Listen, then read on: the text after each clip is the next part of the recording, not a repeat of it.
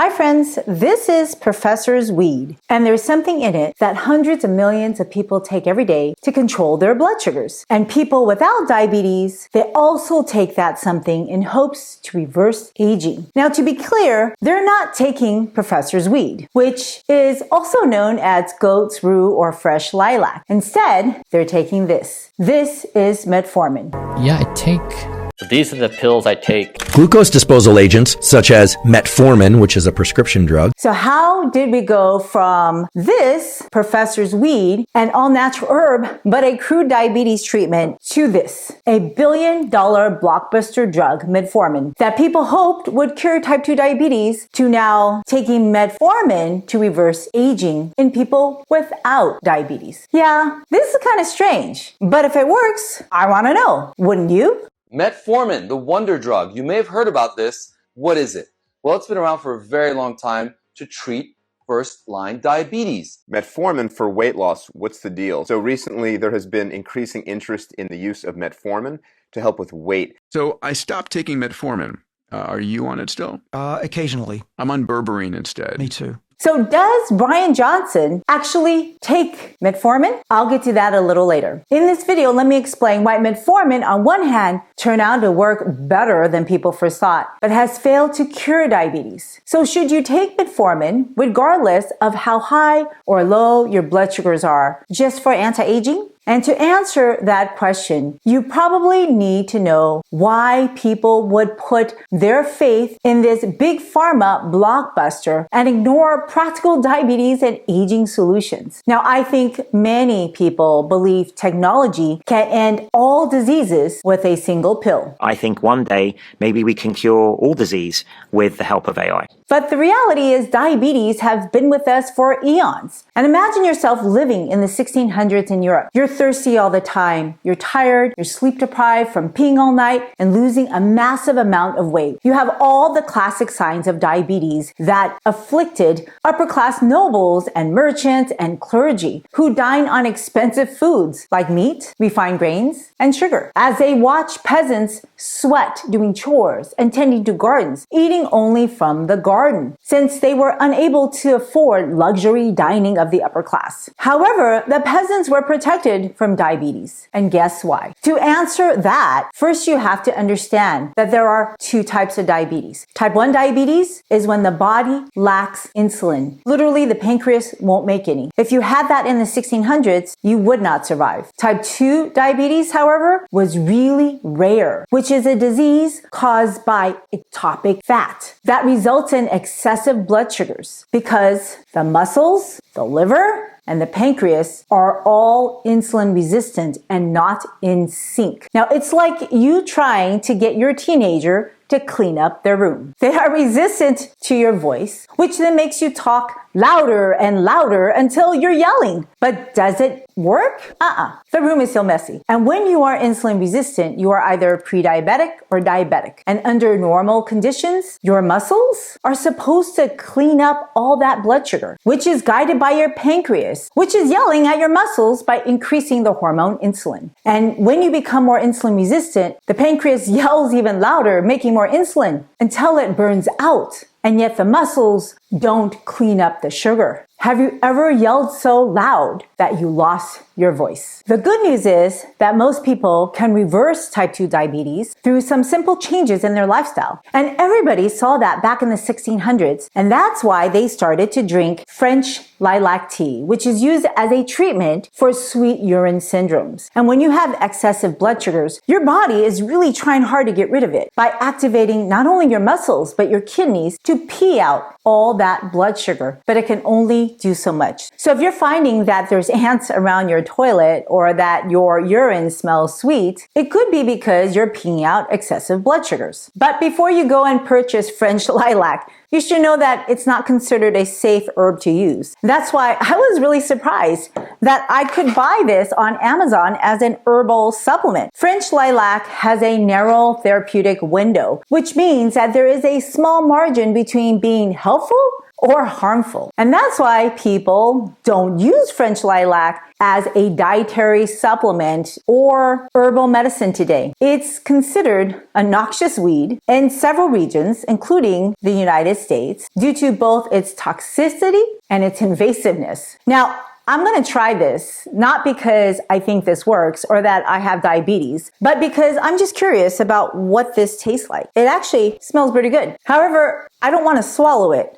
So I have this spit cup here because I don't want to swallow French lilac as it has galagine. Now, galagine is a compound that makes French lilac toxic. However, it's also the compound that inspired metformin, as galagine has glucose-lowering properties. But galagine is a cardiac and neurotoxin and can literally cause severe low blood pressure or hypotension, nausea, vomiting, diarrhea, and in high doses, paralysis of the respiratory system. Extracts of French lilac can place stress on the liver and the kidneys, especially if it's taken as a crude herb or in concentrated form. You know what? Yeah, I think I changed my mind. I don't think I'm going to drink that. I would rather take this drug metformin, which is so much safer, but mimics the glucose-lowering effects of French lilac or the effects of galagine without the cardiac and neurotoxicity. Now, metformin is one of the most well-studied drugs ever, and it's widely used throughout the world. And here's how it works. You remember one of my other videos where I mentioned an enzyme called AMPK that can be turned on by certain foods? Well, metformin also turns on AMPK, which increases fat burning. It inhibits fat and cholesterol synthesis. It reduces glucose production by your liver. That means it reduces gluconeogenesis to lower blood sugars and enhance insulin sensitivity in your muscles. Now, this overall leads to improved metabolic flexibility, better blood sugar control, and reduced inflammation. That's really the key, reducing inflammation. If you are insulin resistant, the liver often overproduces glucose, worsening hyperglycemia or high blood sugars. And metformin suppresses the glucose output from the liver, especially when you're fasting. But it doesn't suppress it so much that you actually get hypoglycemic or low blood sugars. Metformin really is lowering your fasting blood glucose levels. It also reduces the amount of glucose absorbed in your intestines. So it blunts the post-meal sugar spikes. And this contributes to a smoother glucose insulin dynamic in your body throughout the day. Ultimately, the solution to reversing type 2 diabetes is to get a person insulin sensitive. And there are many ways to do that. And it turns out that metformin helps cells become more insulin sensitive, which means you need less insulin to control the same amount of glucose. And when you have less insulin, you don't store as much fat, especially visceral fat. Now, visceral fat causes people to be insulin resistant. And we used to think that fat was just a cushion and an energy reserve for a rainy day. But visceral fat is actually a live organ, which not only makes a person insulin resistant and gives them a bigger belly, but it also makes your body more inflamed. And this inflammation contributes to heart disease, kidney disease, and brain diseases. Visceral fat is the reason why you can be skinny and have type 2 diabetes. Thin on the outside, fat on the inside. That's called TOFI. This condition is very common in people like me, Asians, because genetically, we are predisposed to gain weight as visceral fat. And I know for me, when I gain weight, it goes right to my belly because the next day I literally will struggle with buttoning up my pants. So that's a great gauge for me to know when I'm eating too much or overeating my calories for the amount of energy that I'm using. And when you lose visceral fat, you actually lower the risk of type 2 diabetes, as well as heart disease and cancer. Now, can you believe that metformin helps people become more responsive to insulin? And this is a big deal because insulin by itself is inflammatory and makes people prematurely age everywhere in their body. They age faster when they have more insulin circulating in the bloodstream, regardless of their blood sugars. And that's why when you have an insulin-dependent diabetes, you can't just eat whatever and give yourself more insulin to look at pretty glucose numbers. The story won't turn out well. The goal is to use the least amount of insulin to control your blood sugars. And that starts with what you eat. But for the rest of us who don't have insulin-dependent diabetes, insulin is made by your pancreas, and it actually rises way before your blood sugars get out of control, where then you have an abnormally high hemoglobin A1C number. So hence the benefit of checking blood insulin can tell you if you have prediabetes. And hence, it's not enough to just know your hemoglobin A1C numbers. But unfortunately, it's not standard of care to check blood insulin at this point. However, you can always ask your provider the next time you see your doctor. And I mentioned earlier, the key to reducing inflammation is through your gut, specifically your gut microbiome. Everything that you eat will interact with your gut microbiome, including your drugs. And literally, your microbiome are tiny foreign cells. So when you take a drug, it alters your cells. So why wouldn't it alter your gut microbiome? Now, there are several drugs that we know are super bad for your gut. For example, antibiotics, right? Every time you take antibiotics, most likely you have diarrhea, because antibiotics are designed to kill germs, and it's doing a great job before most of the time. Now we have a lot of drug resistance, so it doesn't even work. But that's another story. The good thing is that you can use antibiotics to destroy bad germs, but we want to keep the good ones. Metformin can help you keep the good guys, which actually helps you reduce inflammation, which also lowers your blood sugars, and it strengthens your gut barrier integrity. These benefits, they don't just stay in your gut. They actually reduce inflammation systemically, decreasing cytokines and reactive oxygen species, which turns out to be critical for reducing the risk of many chronic diseases, including cancers and neurodegenerative disorders. And on top of that, metformin may also suppress mTOR, a nutrient-sensing pathway associated with aging and cancer. So if you eat a lot of protein, especially red meat and chicken, it stimulates more mTOR. And when you fast, you're not eating any meat, not eating amino acids, so that decreases mTOR. Metformin mimics the benefits of calorie restriction by activating autophagy, or cellular cleanup, to extend health span. And on top of that, preclinical studies suggest that metformin can slow cancer cell proliferation, inhibit tumor angiogenesis, of which is elevated in people who have obesity, especially if they have diabetes. And it's worse if you have both. All of these mechanisms improve blood flow to protect against diseases of brain aging. But before you get too excited and you go out and get some metformin, I want you to know about metformin. You should know that it's never proven to directly reduce cancer, protect against dementia, or work in healthy people to extend their health span or lifespan if they don't have diabetes. And I admit it has been proven to help mice live longer. Mice live roughly like less than 3 years on the average. But do you really want to take a pill just because it worked in mice? If you stop metformin, all the blood sugar problems come right back. So people have to take metformin for life unless they do something differently about their lifestyle. Hi, friends. I am so thrilled that you want to take charge of your health and take charge of your food. Now, I know nutrition can be complex, but it doesn't have to be. And I'm here to support you in this lifelong journey. So if you point your camera app to this QR code, it'll take you to a link for a free handout that I created just for you.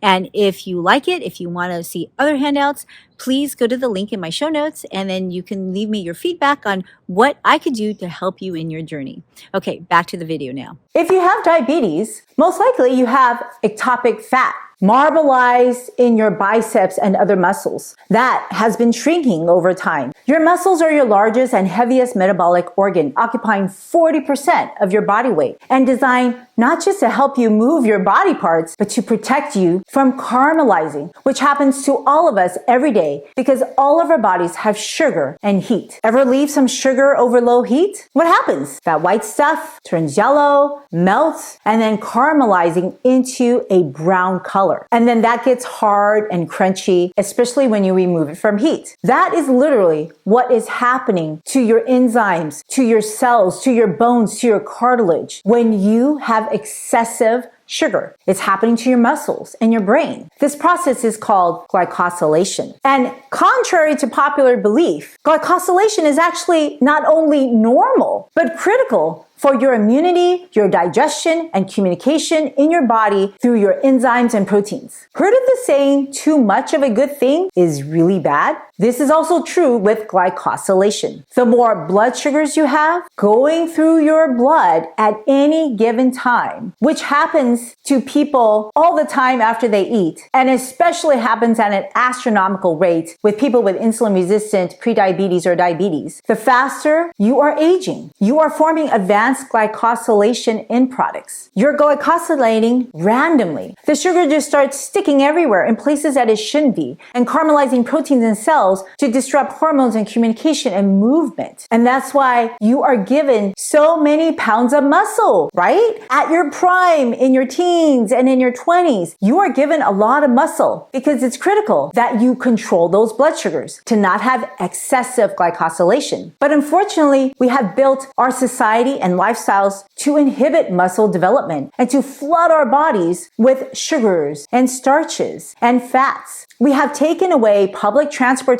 in major cities so that everybody is stuck driving individual vehicles, clogging up our streets and taking longer to get from point A to point B. Having a robust public transportation in your neighborhood is linked to lower body weight because people have to walk to buses, to trains, and to subways. And just by taking short, intermittent walks throughout the day, you are increasing your muscles to reduce your blood sugars, improve your metabolism, reduce that glycosylation. Now, where I live in Southern California, we basically walk to the garage, we sit in traffic for a couple hours, and then we park as close as we can to the elevator. We walk to the elevator, then we walk to our desks, and we sit on the bottoms for several hours, and we do that on repeat. This is called being sedentary, which increases the risk of diabetes, obesity, heart disease, cancers, you name it, it will increase all those things and more, including depression and anxiety. It is so bad that I don't sit on a chair, except for this one when I'm recording. I stand as much as I can because I don't want to glycosylate. I want to help my muscles build every minute I have. You can ask my friends at church. I'm always the one pacing in the auditorium listening to the pastor talk. Because why would I sit when I can stand and I can walk and I can pace to decrease glycosylation? Cities with walkable neighborhoods have more access to fresh food and more recreational spaces that promote movement. Whereas car-centric cities like Los Angeles, basically everywhere in Southern California, were lined by fast foods. Seriously, people don't even want to walk to get that fast food. They just drive through and now they Uber it. And I realized that I used to do that. I used to go and gravitate towards convenience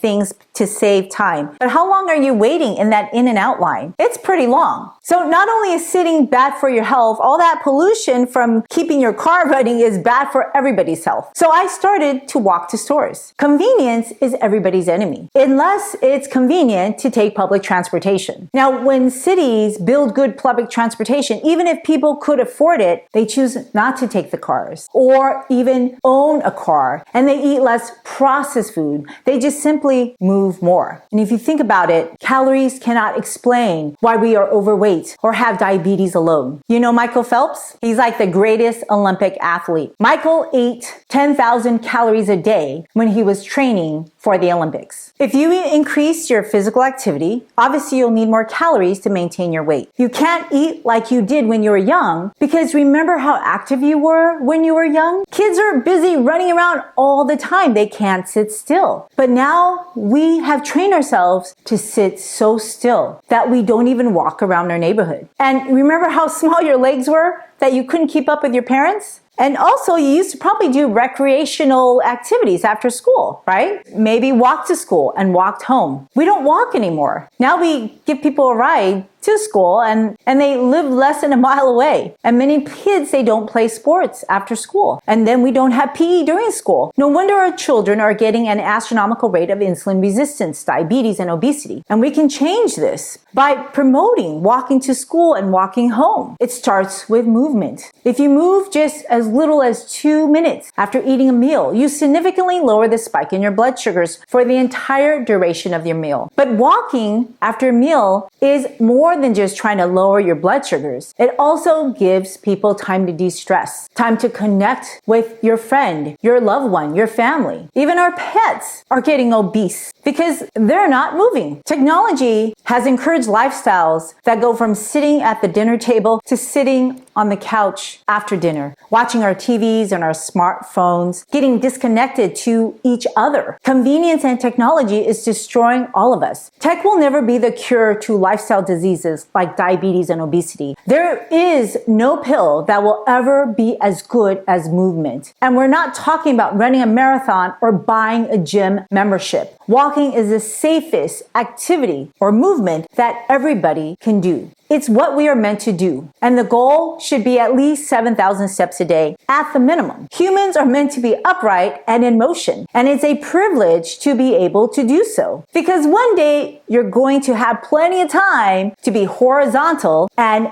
being still. And there's really no need to get there earlier. Now I can just hear it. Some people are hesitant to walk because they have minor aches and pains from aging. Yeah, but the thing is, it's been clearly shown that the more you move, the better you feel, the less the aches and pains will be. That is, unless you've broken something. Then that requires a personal visit with your own medical professionals, like your surgeon or your internist. But for the rest of us, it's just not good enough to move if you want to get rid of your type 2 diabetes, lose weight, and reduce your risk of cancers and heart disease and dementia. If that is your goal, then moving the right muscles, especially those that build your core, is really, really important. The reality is, moving by itself will not get rid of ectopic fat, which is a cause of diabetes. And unfortunately, once you have insulin resistance, every time you eat highly processed, refined, simple sugars and starches, basically items like cakes and noodles and breads, you increase glycosylation, which drives premature aging to age your muscles, to lose more muscle reserve because you build ectopic fat. And to quickly reverse this process, you can abstain from all carbohydrates by practicing time-restricted eating, intermittent fasting, or low-carb diets, including ketogenic diets. But remember what I told you before? Glucose is actually necessary for your body. Glycosylation is normal. Your body needs some glycosylation just to function normally. And that is why when you get too low, you won't just pass out. Your liver normally will make that glucose, the glucose neogenesis that is suppressed by metformin. But the thing is, there's a difference between being alive and thriving. Your own glucose reserves will not be enough when you're stressed. Because remember, glucose is not just for energy, it's for structure. Structure to rebuild what you've torn apart, what you're missing. So if you lived in a perfect environment with absolutely no stress, your muscles probably wouldn't grow because you need stress to grow your muscles. And you may be able to get away with not eating anything with carbohydrates. That's a great way to conserve energy. And then to use a glucose that your body can make to rebuild some structure. But there's only so much you can rebuild. But once you incorporate real life, whether it's inhaling air pollution, drinking polluted tap water, putting on toxins in your lotions and creams, or going out in the sun and getting UV radiation, or maybe eating pollutants like pesticides and herbicides in your meats and your vegetables, or even getting sick with a cold. All these are stressors that requires your body to use more energy, glycosylate more enzymes to help you detoxify and rebuild. And when you don't provide enough glucose, when you need it, your body will struggle to maintain normalcy and balance. It will struggle to rebuild tissue. And that is why it's very hard for people who are hardcore low carb, carnivore, or keto to stay on their low carb diets. They eventually will incorporate healthy carbohydrates like fruit, which is one of the best carbs people can eat, especially if they have diabetes. And in fact, the more fruit people with diabetes eat, the lower the blood sugars. And by the way, let's get back to Brian Johnson. He does actually take metformin off-label for better blood sugar control. Brian Johnson himself acknowledges that metformin isn't without side effects, and some experts caution about the potential downsides, such as reduced muscle growth or testosterone, especially in younger individuals, or those combining high high doses of multiple drugs. Long-term use reduces vitamin B12 absorption, which is an essential vitamin. When missing, it can cause fatigue, neuropathy, cognitive stress. Metformin also causes a potentially fatal buildup of lactic acid in the blood, which is more likely to happen in people with kidney and liver and heart failure, or during dehydration, or even alcohol abuse. I have seen these cases. Brian Johnson admits he stays away from alcohol, but he's unique. He's measured up the wazoo so that they know when he's dehydrated, or if his livers or kidneys, or if his heart starts to even give little tiny signs, they're not happy. They will catch these things immediately because he's always measured. I don't live in that world, and you probably don't too. So if I were to take metformin, I wouldn't be able to practically check it like Brian Johnson and to catch early side effects. Plus, currently, it's still prescription only. That means you have to see a provider with a medical prescribing license to get some metformin. Remember, metformin has never been proven to perform better with expanding health span and lifespan in people without diabetes. And they've tried to launch a 5-year clinical trial called the TAME study that never took off because there's just not enough funding. And on top of that, thousands of people have clearly reversed their diabetes to get off of metformin through diet alone. And if you want to learn the best way to do that, watch the next video.